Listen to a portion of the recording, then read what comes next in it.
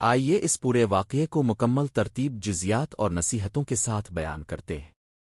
قبیلہ عاد حضرت نوح علیہ السلام کی قوم کے بعد دنیا کی سب سے طاقتور قوم مانی جاتی تھی۔ یہ لوگ عرب کے علاقے احقاف یعنی ریت کے ٹیلوں والا علاقہ میں آباد تھے جو آج کل یمن اور عمان کے درمیان واقع ہے۔ ان کی نسل حضرت نوح علیہ السلام کے بیٹے سام بن نوح کی نسل سے تھی۔ ان کا مورث اعلیٰ اعاد بن اس بن ارم بن سام بن نوح تھا۔ اسی کی نسبت سے یہ قوم عاد کہلائی۔ ان کا سب سے مشہور شہر ارم ذات العماد تھا۔ قرآن میں ارشاد ہے، کیا تم نے نہیں دیکھا کہ تمہارے رب نے عاد کے ساتھ کیا ارم ذات العماد کے ساتھ؟ یہ شہر بلند و بالا ستونوں اور مضبوط قلعوں والا تھا جسے دیکھ کر لوگ حیران رہ جاتے۔ قوم عاد کی جسمانی طاقت۔ قوم عاد کو اللہ تعالیٰ نے ایسے جسمانی ڈھانچے دیے تھے کہ وہ پہاڑوں جیسے مضبوط نظر آتے۔ ان کے قد بہت بلند تھے۔ وہ پہاڑوں کو کاٹ کر گھر بناتے، درختوں کو جڑ سے اکھاڑ کر پھینک دیتے، بڑے بڑے پتھروں کو ایسے اٹھاتے جیسے کھلونے ہوں۔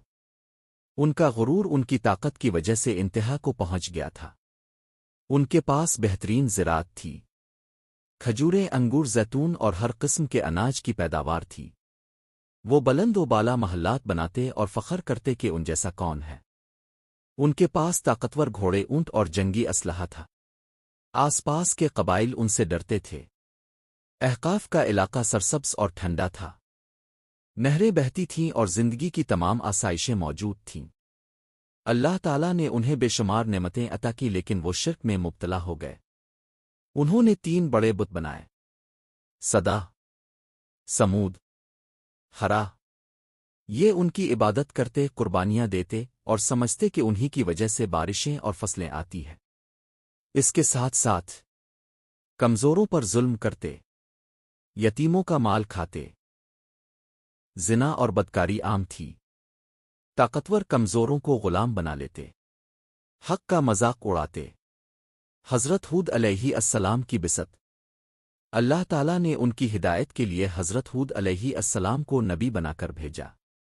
آپ علیہ السلام انہی کی قوم سے تھے اور ان کی زبان جانتے تھے۔